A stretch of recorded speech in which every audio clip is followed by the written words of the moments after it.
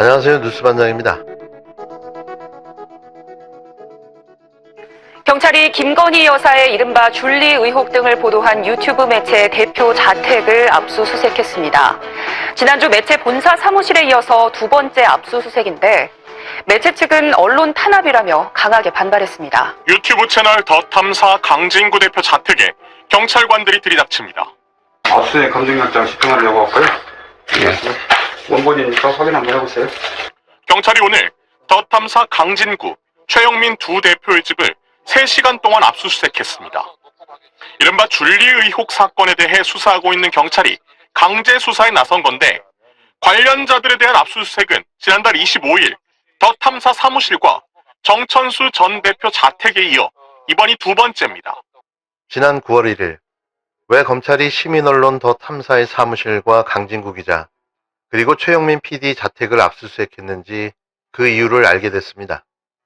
명분은 대선 기간 줄리 의혹을 제기했기 때문이라는데요. 그런데 그런 의혹을 제기한 게 더 탐사뿐이었을까요? 이런 의혹을 제기한 언론 중 유일하게 더 탐사만 압수수색을 당했습니다. 사실 좀 이해가 잘 되진 않았지만 이제서 그 모든 이유가 밝혀지는 듯합니다. 요 며칠 새 공개돼 현 정권을 강타하고 있는 청담동 룸바게이트 때문이 아니었나 하는 합리적 의심을 강하게 해보는데요. 우리는 이런 걸 잘못 걸렸다고 하죠. 판돈을 올리며 판을 키우고 있는 한동훈 법무부 장관. 자신이 가진 패가 좋지 않지만 허세와 페이크로 판을 뒤집어 보려고 애를 쓰고 있는데요. 전형적인 타짜의 기술인 거죠. 이걸 전문 용어로 뻥카를 알린다고 합니다. 뻥카는 기세와 뻔뻔함이 생명인데요.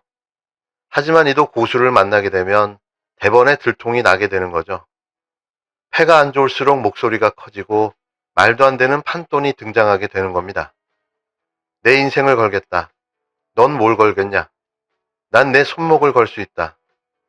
이미 이 정도 수준까지 가게 되면 판은 끝난 건데요. 영화 타짜의 마지막 장면, 손모가지를 걸겠다가 나오면 판은 이미 진 겁니다. 보도를 처음 한 그 더 탐사의 강진구 기자랑 이제 전화 통화를 좀 해봤는데요. 네. 강진구 기자는 이 사안은 크로스체크가 끝난 사안이다라고 주장을 하고 있습니다. 네. 그러니까 7월 20일 새벽 1시 청담동에 그랜드 피아노가 있고 갤러리아 백화점 인근에 주차가 안 되는 골목길의 어느 바에서 네. 실제로 어떤 일이 있었는지 끝까지 추적을 하겠다라는 입장이고요. 예.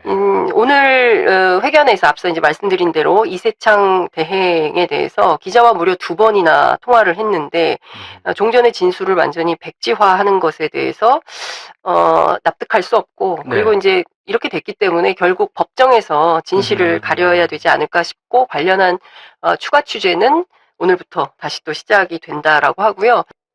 이상하고 기이하며 신박하기까지 한 일이 또 일어났습니다. 앞뒤가 전혀 맞지 않으며 논리도 근거조차 없는 일인데요. 생각하면 생각할수록 이래서 이랬구나라는 탄식이 터집니다. 최성해 전 동양대 총장이 이낙연 전 민주당 대표를 향해 조국을 친 사람이다라고 말한 걸 기억하실 겁니다. 이때 이낙연 전 대표는 최성해 총장을 허위사실로 고소하지 않고 시민언론 더 탐사를 고소했었는데요. 현재의 상황과 아주 똑같습니다. 이세창 전 자유연맹 총재가 한동훈 법무부 장관과 윤석열 대통령이 김현장 변호사 30여 명과 함께 술자리를 가졌다고 말한 걸 시민언론 더 탐사가 보도했는데요. 역시 한동훈 법무부 장관은 이세창 전 총재를 고소하지 않고 김의겸 민주당 의원을 고소하겠다고 나선 겁니다. 다른 케이스의 똑같은 상황 대처, 이런 걸 주객이 전도됐다고 하죠. 법무부 장관이라는 자가, 그것도 법기술자를 자처하는 정치검사 출신의 그가 법을 몰라서 김의겸 의원을 고소한다고 나섰을까요? 국감장에서 국회의원은 면책 특권이 있습니다. 어떠한 법적 책임을 지지 않는다는 거죠. 그건 일반인조차 알고 있는 상식인데요. 그런데 고소 고발하겠다고 나선 건데 한마디로 그냥 보여주기 생쇼를 하고 있는 겁니다. 일명 언론 프레이를 하고 있는 거죠. 급하긴 급한 모양입니다. 왜 이렇게 급해진 걸까요? 그건 그날 술자리가 사실이었다는 걸 반증해 주는 건 아닐까 생각됩니다.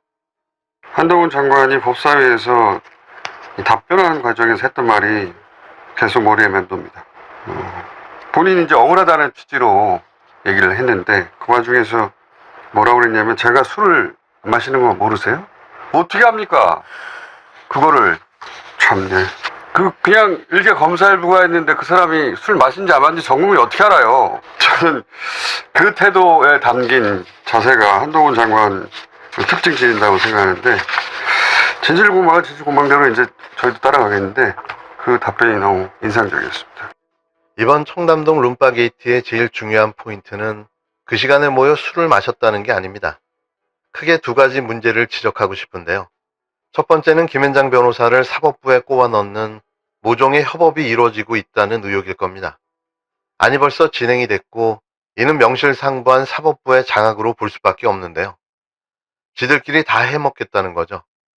사정기관을 장악한 데 이어 이제는 사법기관까지 자신이 원하는 대로 주물러도 될 수 있는 상황을 만들어 놓은 건데요. 앞으로 법의 심판이 무슨 의미가 있을까 싶습니다.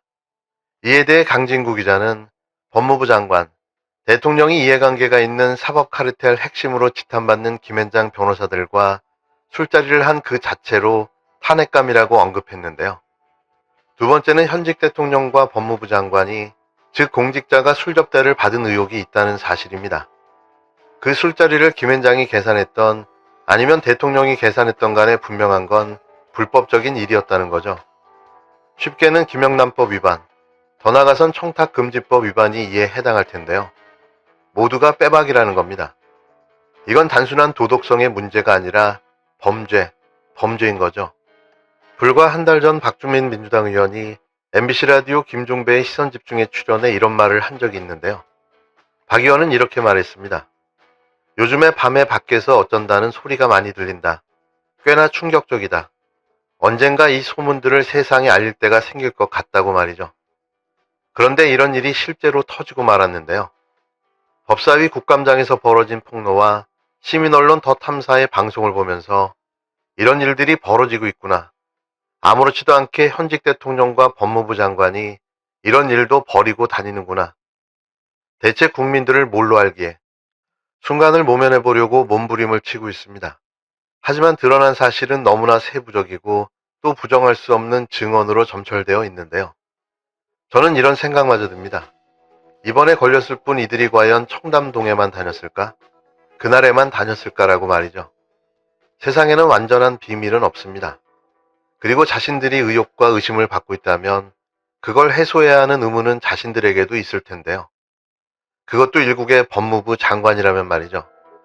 뭘 걸지 말고 증명하십시오. 당신의 하찮은 직에는 관심이 없습니다.